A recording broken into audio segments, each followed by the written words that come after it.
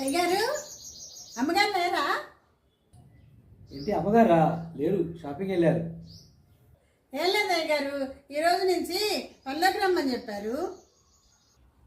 నువ్వు వస్తావని చెప్పి వెళ్ళారు. ఆహా, మీకు చెప్పే వెళ్ళారా? ఏమేం పనులు చేయాలి అయ్యగారు?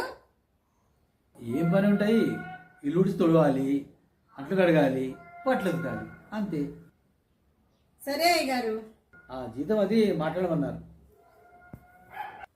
అంట్లు తోమడానికి 1000 రూపాయలు, బట్టలు ఉతకడానికి 1000 రూపాయలు, ఇల్లు ఉడవడానికి 1000 రూపాయలు.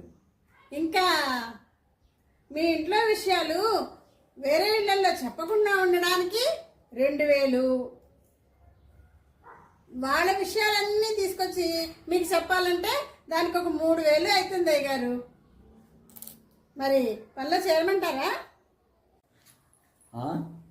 అవసరమైన పని కంటే అనవసరమైన వాటికి జీతం ఎక్కువ ఉందిగా.